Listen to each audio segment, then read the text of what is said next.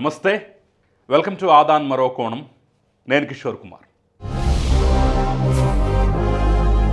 ఒక చిన్న feel good factor లాంటి అంశంతో ఈ వీడియోను మొదలుపెట్టేటటువంటి ప్రయత్నం అయితే చేయబోతున్నాం. అదేంటయ్యా అంటే ఒక్కసారి మీరు ఈ వీడియోలు కానీ లేదంటే ఈ ఫోటోలు కానీ చూడండి. చూసారు కదా? చూసిన ప్రతి ఒక్కళ్ళ యొక్క అభిప్రాయం ఏంటంటే అద్భుతం, చూడ ముచ్చటగా ఉంది ఆ ఫ్రేమ్, చూడ ముచ్చటగా ఉన్నాయి ఆ దృశ్యాలని చెప్పేసి అయితే అందరూ ప్రశంసల వర్షం కురిపిస్తున్నారు, అభినందనలు తెలియజేస్తున్నారు. రఘురామకృష్ణరాజుని డిప్యూటీ స్పీకర్ హోదాలో అక్కడ కూర్చోబెట్టడం కానివ్వండి, ఆ కూర్చున్న సందర్భంలో ఆయన గురించి మాట్లాడుతూ సభ్యులు చేసినటువంటి ప్రసంగాలు, ముఖ్యంగా పవన్ కళ్యాణ్ వంటి వాళ్ళు, చంద్రబాబు నాయుడు వంటి వాళ్ళు చేసినటువంటి ప్రసంగాలు అయితే నభూతో న భవిష్యతి అనేటటువంటి రీతులు అయితే ఉన్నాయి. ఒక రకంగా చెప్పాలంటే పవన్ కళ్యాణ్ చాలా అద్భుతంగా మాట్లాడారు. కర్మ అనేది ఎవరిని వదిలిపెట్టదు, ఈ అసెంబ్లీ గేటు కూడా మిమ్మల్ని తాకనివ్వం అని సవాల్ చేసిన వాళ్ళు ఈరోజు అసెంబ్లీ లోపలికి కూడా అడుగు పెట్టలేని పరిస్థితి.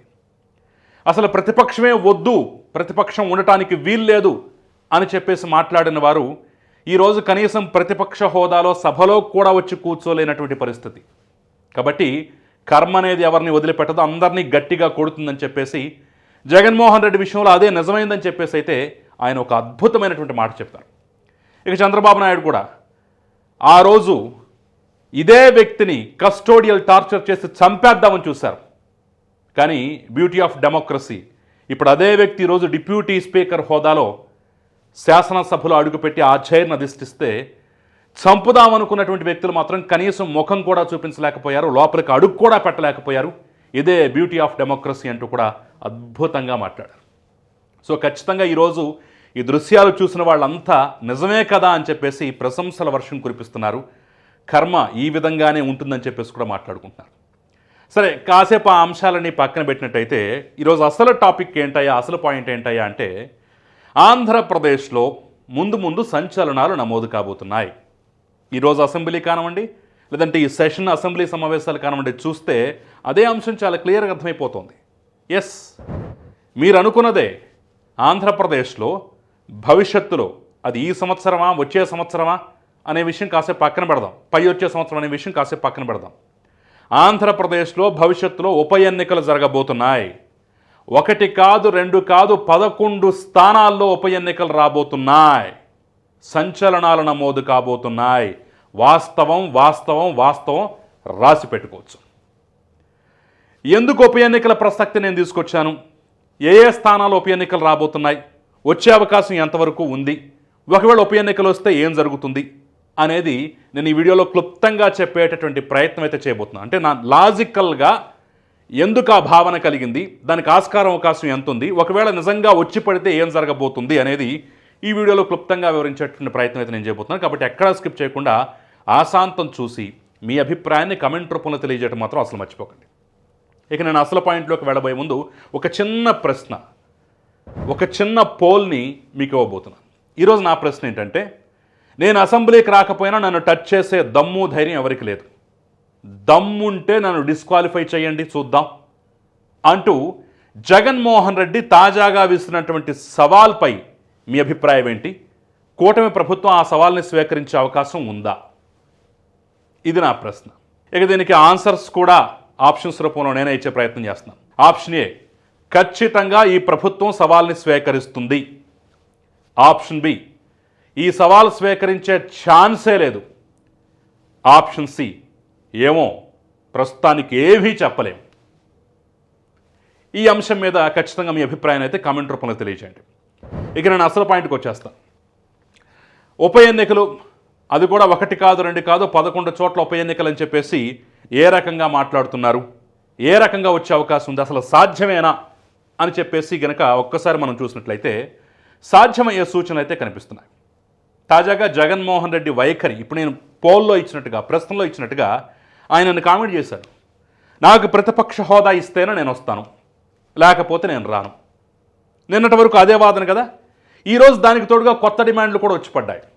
ప్రతిపక్ష హోదానే కాదు, ఇప్పుడు ఈరోజు నేను ప్రెస్ మీట్లో 1.5 గంటలు మాట్లాడాను. నాకు సభలో కూడా ఇలాగే 1.5 గంటలు 2 గంటలు ఏకదాటిగా మాట్లాడే అవకాశం ఇస్తే తప్ప నేను రాను, ప్రతిపక్ష హోదా ఇస్తే తప్ప నేను రాను. ముఖ్యమంత్రితో సమానంగా చూస్తే తప్ప నేను రాను అని చెప్పేసి కండిషన్లు పెట్టేస్తున్నారు. పుసుక్కున ఎక్కడైనా ప్రతిపక్ష హోదా ఇచ్చేస్తారో అని చెప్పేసి భయం ఆయనకు లోపల ఉందేమో. కాబట్టే అబ్బెబ్బెబ్బే ఒక మాట అయితే సరిపోదు, ఒక కండిషన్ అయితే సరిపోదు, పెట్టాయి గొంతెమ్మ కోరికలన్నీ ముందు పెట్టాయి. ఎలాగో వాళ్ళు తీర్చరు, మనం పోవాల్సిన అవసరం లేదు, వాళ్ళని ఫేస్ చేయాల్సిన అవసరం లేదు, మన మీడియా ముందు, మన ఇంట్లో, మన సెటప్ ముందు హ్యాపీగా మనం మాట్లాడేసుకోవచ్చు ఎంతసేపు అయినా సరే.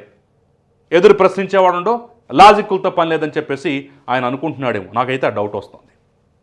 ఈ గొంతెమ్మ కోరికల యొక్క ఉద్దేశం ఏంటి? నేను రాను అని చెప్పేసి కుండబద్దలు కొట్టేయటం. పైగా ఆయన ధైర్యం ఇంకోటి కూడా ఉంది. రేపటి రోజున మనం హైకోర్టులో కేసు వేసాం, అది తేలి నువ్వు అప్పుడు దాకా ఎందుకు?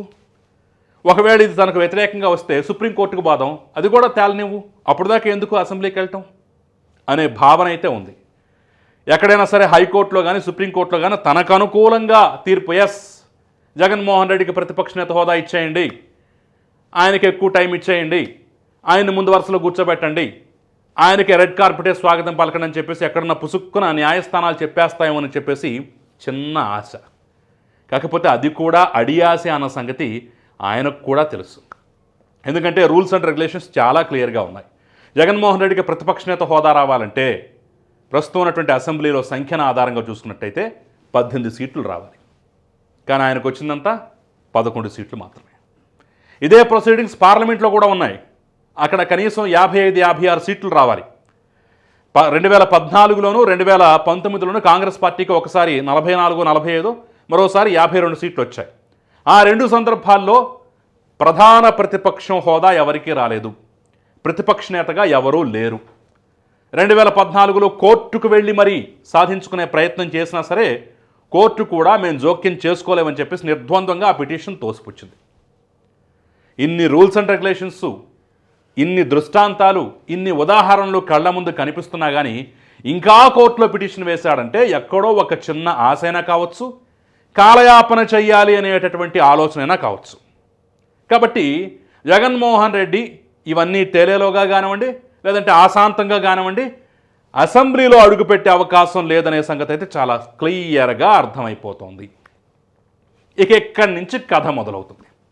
ఏంటయ్యా అంటే, రూల్స్ అండ్ రెగ్యులేషన్స్ ప్రకారం వరుసగా 60 పని దినాలు గనక ఒక సభ్యుడు హాజరు కాకపోతే, అది కూడా స్పీకర్ పర్మిషన్ లేకుండా, స్పీకర్ దగ్గర పర్మిషన్ తీసుకోకుండా వరుసగా 60 పని దినాలు గనక ఎన్నికైనటువంటి శాసనసభ్యుడు ఎవరైనా హాజరు కాకపోతే ఆటోమేటిక్గా డిస్క్వాలిఫై చేయొచ్చు. ఎస్, ఇది రూల్. ఇవి కాకుండా ఇంకా 1-2 పద్ధతులు కూడా ఉన్నాయి. వాళ్ళ మీద ఏమన్నా నేరం నిరూపితమైనప్పుడు కానివ్వండి, ఇంకా రకరకాల సందర్భాల్లో. ఎందుకంటే రాహుల్ గాంధీ ఉదాంతం మనం చూసాం కదా, ఆయన మీద పరువు నష్టం దావా కేసులో దాదాపుగా 2 సంవత్సరాల పాటు ఆయనకు శిక్ష పడింది, కోర్టు తీర్పిచ్చింది. ఆ సందర్భంగా కూడా పార్లమెంట్లో ఆయన డిస్క్వాలిఫై అయ్యాడు, ఆయన ఇల్లు కూడా ఖాళీ చేయాల్సినటువంటి పరిస్థితి వచ్చింది కదా. అలాంటి 1-2 అకేషన్స్లో తప్ప మామూలుగా రూల్ ప్రకారం అయితే 60 పని దినాలు గనక స్పీకర్ పర్మిషన్ లేకుండా ఒక వ్యక్తి హాజరు కాకపోతే ఖచ్చితంగా డిస్క్వాలిఫై అవుతారు. ఇక మన స్టోరీలోకి వచ్చినట్టయితే జగన్మోహన్ రెడ్డి అసెంబ్లీలోకి ఎప్పుడు వచ్చాడు? మొట్టమొదటి సమావేశంలో, అది కూడా ఎమ్మెల్యేగా ప్రమాణం చేసేందుకు మాత్రమే అసెంబ్లీలో అడుగుపెట్టాడు. అది కూడా ఆ 5 నిమిషాలు తన పేరు పిలవటానికి 5 నిమిషాలు ముందొచ్చి, తన పేరు పిలవగానే వచ్చేసి ప్రమాణ స్వీకారం చేసేసి రిజిస్టర్లో సంతకం పెట్టేసి చలో. ఇక అప్పటి నుంచి ఇప్పటి వరకు దాదాపు 2 సెషన్స్ ఏమో గడిచిపోయాయి. ఇప్పటి వరకు ఒక్కసారి కూడా అసెంబ్లీలో అడుగు పెట్టలేదు.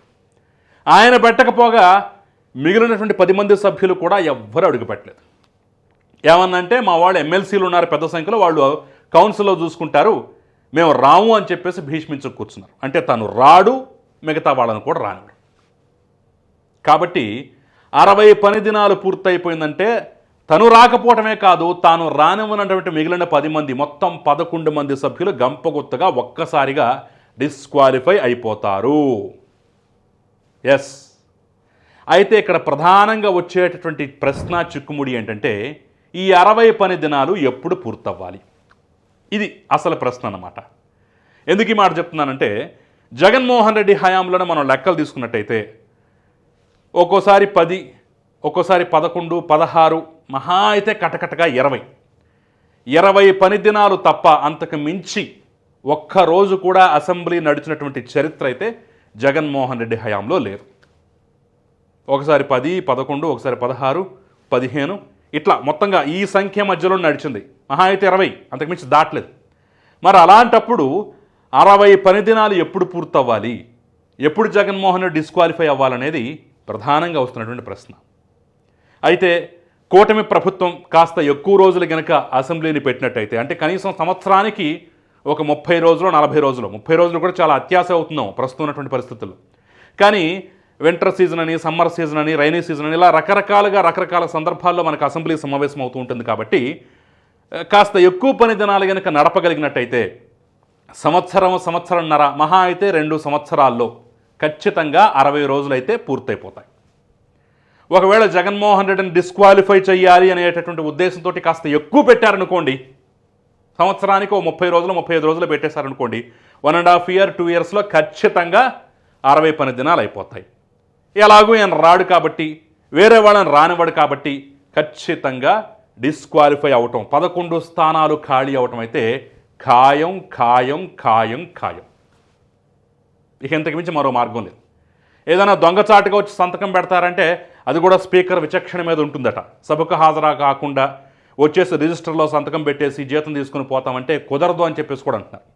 పైగా సభాధ్యక్ష స్థానంలో ఉన్నది చింతకాయల అయ్యన్న పాత్రుడు, డిప్యూటీ స్పీకర్ స్థానంలో ఉన్నది రఘురామకృష్ణరాజు.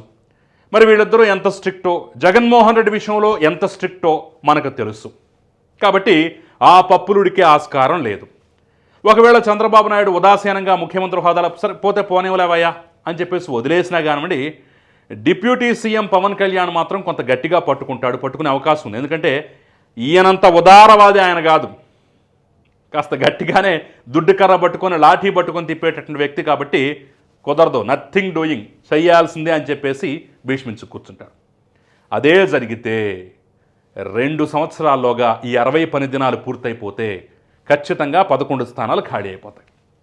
ఒకవేళ అలా ఖాళీ అయితే ఏం జరుగుతుందో కూడా చూద్దాం. జగన్మోహన్ రెడ్డికి ఉన్నటువంటి 11 స్థానాలు అరకు వ్యాలీ, పాడేరు, ఎర్రగొండపాలెం, దర్శి, బద్వేల్, రాజంపేట, పులివెందుల, మంతరాయం, ఆలూరు, తంబళ్లపల్లె, పొంగనూరు. వీటిలో ఈసారి బలబలాలు ఏ విధంగా ఉంటే ఒకసారి మనం చూసే ప్రయత్నం చేద్దాం. సరే, ఫస్ట్ పులివెందుల నుంచే వద్దాం. మొన్న కూడా 60,000 65,000 పరీక్షలకు మెజారిటీ వచ్చింది. కాబట్టి సరే, పులివెందుల ప్రత్యేక పరిస్థితి. ఇప్పటి వరకు కాంగ్రెస్ పార్టీయో లేదంటే వైఎస్ఆర్ కాంగ్రెస్ పార్టీయో గెలిచిన చరిత్ర తప్ప మిగతా వాళ్ళకు స్థానం లేదు. కాబట్టి సరే, మళ్ళీ వచ్చినా ఆయనే గెలుస్తాడేమో అనుకుందాం, కాసేపు అనుకుందాం, చర్చ కోసమైనా సరే. మరీ అంత తేలిగ్గా తీసి పడేయలేం కాబట్టి. కానీ మిగిలిన స్థానాల్లో చూసినట్లయితే మనకి కింద నుంచి రాయలసీమ నుంచి వచ్చినట్టయితే తంబళ్లపల్లె, పొంగనూరులో పెద్దిరెడ్డి రామచంద్రారెడ్డి, తంబళ్లపల్లిలో ఆయన తమ్ముడు ద్వారకానాథ్ రెడ్డి. తంబళ్లపల్లిలో ఖచ్చితంగా కొట్టాల్సిన సీటు, కానీ కొంత క్యాండిడేట్ వీక్ అవ్వటం కానివ్వండి, సరైన సెలక్షన్ చేయకపోవడం వల్ల కానివ్వండి, రకరకాల ఫ్యాక్టర్స్ వల్ల అక్కడ పోయింది. పెద్దిరెడ్డి మహామహుడు, కొమ్ములు తిరిగిన మనగాడైనటువంటి పెద్దిరెడ్డి కూడా సాగు తప్పి కనులొట్టమైనటువంటి సందంగా మొన్న బొటాబొటీ మెజార్టీతో గెలిచాడు. ఈసారి ఒకవేళ ఉప ఎన్నికలు వస్తే ప్రస్తుతం ఉన్నటువంటి పరిస్థితుల్లో, అది కూడా ఆ 2 నియోజకవర్గాల్లో ఉన్నటువంటి పరిస్థితుల్లో ఈ రెండింటినీ కూటమి కొట్టడం అనేది పెద్ద కష్టమైన విషయం కాదు, ఈజీ కొట్టచ్చు. కాబట్టి ఈ 11లో ఆయన ఖాతా నుంచి ఒక 2 ఖచ్చితంగా పోతాయి. ఆ తర్వాత ఆలూరుకి సంబంధించి మనం చూసినట్లయితే ఇది కూడా తెలుగుదేశం పార్టీ మొన్న చాలా తక్కువ మార్జిన్తోనే ఓడిపోయింది. 2,831 ఓట్ల తేడాతో ఓడిపోయినటువంటి స్థానం అన్నమాట. ఇది కూడా విరూపాక్ష కొత్త అభ్యర్థి, ఫస్ట్ టైం ఎమ్మెల్యే. సో మారిన పరిస్థితుల నేపథ్యంలో దీన్ని కూడా కొట్టడం పెద్దగా కష్టం కాకపోవచ్చు. అదే జరిగితే 3 పోతాయి. మంత్రాలయం కొంత గట్టిగానే మొన్న 12,000 మెజారిటీతో బాలనాగిరెడ్డి గెలిచాడు. కాన్సన్ట్రేట్ చేస్తే చెప్పలేం, టైట్ ఫైట్ ఉండొచ్చు, లేదంటే ఈజీ కొట్టేయచ్చు, అలాంటి పరిస్థితి ఉంటుంది. అంటే 3 డెఫినెట్గా కొట్టేటువంటి అవకాశం అయితే ఉంది. ఇక రాజంపేట కూడా అదే పరిస్థితి. ఇక్కడ కూడా 7,000 తేడాతో బాలసుబ్రహ్మణ్యం సుగవాజ్ ఆయన ఓడిపోవడం జరిగింది. కాబట్టి ఈ యొక్క రాజంపేట కూడా ఖచ్చితంగా డైలమాలో పడే అవకాశం ఉంటుంది. అయితే బద్వేల్ పోయినసారి గెలవాల్సింది కానీ గెలవలేదు. ఈసారి మాత్రం ఉప ఎన్నికలు వస్తే ఖచ్చితంగా ఫలితాలు తారుమారయ్యే ఛాన్స్ ఉంటుంది. ఇక దర్శి కూడా అంతే, అసలు కళ్ళు మూసుకొని గెలవాల్సిన సీటు లాస్ట్ టైమే జస్ట్ కొద్ది మెజార్టీతో పోయింది. దర్శి కానీ ఎర్రగొండపాలెం కానీ ఖచ్చితంగా ఒకవేళ ఉప ఎన్నికలు వస్తే కూటమి పరమటం అయితే ఖాయం. ఇక అరకు వ్యాలీ, పాడేరు, అరకు వ్యాలీ సంగతి మరి బీజేపీ ఉంది కాబట్టి చెప్పలేం కానివ్వండి. పాడేరు మాత్రం ఈసారి గిడ్డి ఈశ్వరికే మళ్ళీ అవకాశం ఇస్తే ఖచ్చితంగా కొట్టచ్చు. అంటే అరకు వ్యాలీ, అదేవిధంగా పులివెందుల, మంత్రాలయం, రాజంపేట ఇలా 1, 2, 3 స్థానాలు తప్ప మిగిలినవన్నీ ఈజీగా కొట్టేటటువంటి అవకాశం ఉంటుంది.